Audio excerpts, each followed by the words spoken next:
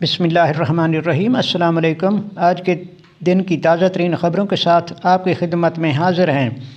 عمران خان کی 6 اور ان کی اہلیہ بشرا بی بی کی ایک مقدمے میں دائر درخواست ضمانت پر ایڈیشنل ڈسٹرکٹ اینڈ سیشن جج طاہر عباس سبرا نے سماعت کی۔ اس موقع پر عمران خان اور ان کی اہلیہ کی طرف سے ان کے وکیل سلمان صفدر اور مصروف خان پیش ہوئے۔ سماعت کے آغاز میں اڈیالہ جیل حکام نے ویڈیو لنک پر عمران خان کی حاضری نہ لگوائے جانے سے متعلق رپورٹ عدالت میں جمع کروا دی۔ رپورٹ کے مطابق انٹرنیٹ کے مسئلہ کی وجہ سے عمران خان اور ان کی اہلیہ کی ویڈیو لنک حاضری نہیں لگوائی جا سکتی۔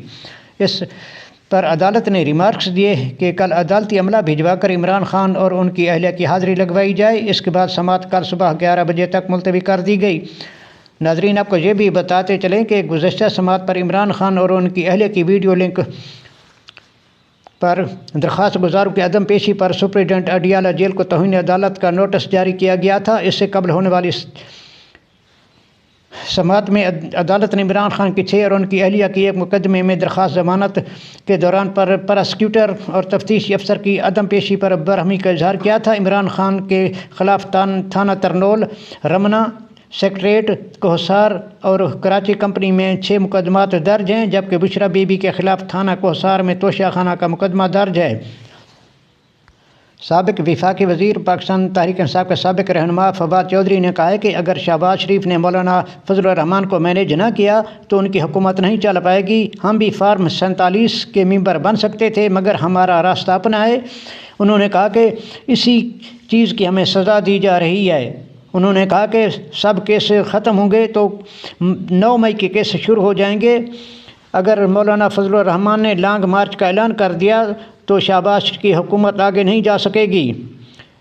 ناظرین، ادھر دھاندلی کو لے کر چودھری نثار علی خان نے بھی کہا ہے کہ جو دھاندلی کے ذریعے خود کو ایم پی ایم این اے کہہ رہے ہیں وہ بے شرم ہیں، اور جو ان دھاندلی کے ذریعے منتخب ہونے والے ایم پی ایم این اے کو مبارکباد دے رہے ہیں وہ بھی بے شرم ہیں۔ عدالت نے فواد چودھری کے جوڈیشنل ریمانڈ میں 26 مارچ تک توسیع کر دی۔ فواد چودھری کی اہلیہ ہبا چودھری اور فواد چودھری کے بھائی فیصل چودھری کے درمیان تلخ کلامی کا ایک اور واقعہ پیش آیا۔ احتساب عدالت اسلام آباد میں پیشی کے موقع پر فواد چودھری کی اہلیہ اور فیصل چودھری آپس میں الجھ پڑے۔ فیصل چودھری وکیل قیصر امام سے بات کر رہے تھے کہ ہبا فواد کی مداخلت پر دونوں میں تلخ کلامی ہو گئی۔ ہبا فواد نے کہا کہ قیصر امام کو اپنا کام کرنے دے، وہ پروفیشنل وکیل ہیں، جس کے جواب میں فیصل چودھری نے کہا تم بک بک کرتی ہو۔ ہبا نے بھی جواب دیتے ہوئے کہا تم ہر کسی کے ساتھ بک بک کرتے ہو۔ اس تلخ کلامی کے دوران فواد چودھری نے اپنی اہلیہ کے منہ پر ہاتھ رکھ کر انہیں خاموش کرایا۔ فواد چودھری کے ماموں کے ساتھ بھی تلخ کلامی ہوئی۔ فواد چودھری کی اہلیہ نے کہا آپ بھی فیصل کے ساتھ ملے ہوئے ہیں، جس پر فیصل چودھری نے کہا کہ بکواس بند کرو، بزرگوں کے ساتھ کس طرح بات کر رہی ہو۔ فواد چودھری کی اہلیہ نے جواب دیتے ہوئے کہا کہ بزرگ ہیں تو بزرگ بن کے رہیں، بکواس تم کر رہے ہو۔ فواد چودھری کے ماموں فیصل چودھری کو پکڑ کر احتساب عدالت سے باہر لے گئے۔ فواد چودھری نے فیصل چودھری سے کہا فیصل یار تم جب بھی آتے ہو پنگا ہو جاتا ہے۔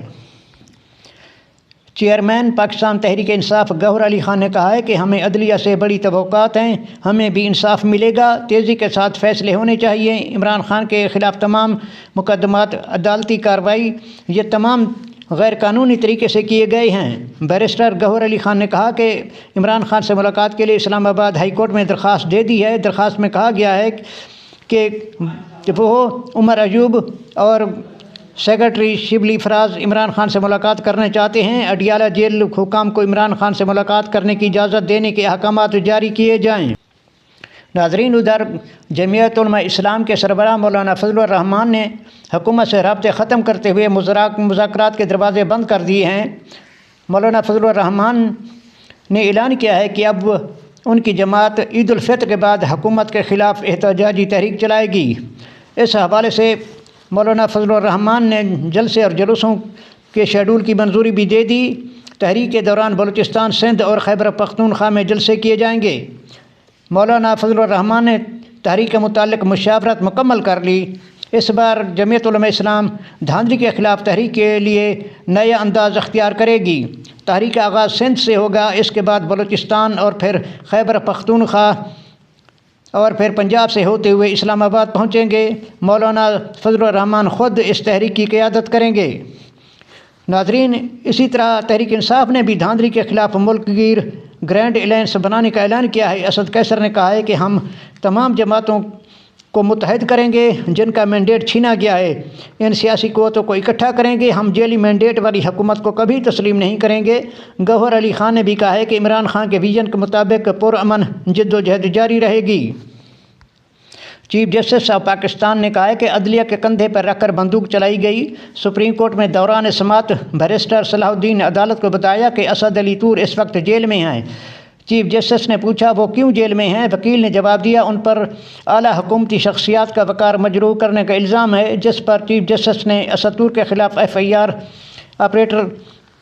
آپریشنل DG FIA کو مخاطب کرتے ہوئے کہا کہ جو FIA نے سپریم کورٹ کے کندھے پر رکھ کر بندوق چلائی ہے، کیا کسی جج یا رجسٹرار نے صحافیوں کے خلاف شکایت کی تھی؟ ہمارا نام استعمال کر کے آپ نے اپنا کام کر لیا۔ اسد طور کے خلاف سنگین نوعیت کی دفعات عائد کی گئی ہیں، اس FIR میں عدلیہ کے خلاف مہم کا ذکر تک نہیں۔ چیف جسٹس نے IG اسلام آباد پر بھی برہمی کا اظہار کیا اور ریمارکس دیے کہ ایک کرائم کی ریکارڈنگ موجود ہے، ملزمان کا سراغ نہیں لگا سکے۔ اٹارنی جنرل صاحب یہ کس قسم کے IG ہیں؟ ہم ان کو عہدے سے ہٹانے کی سفارش کرتے ہیں۔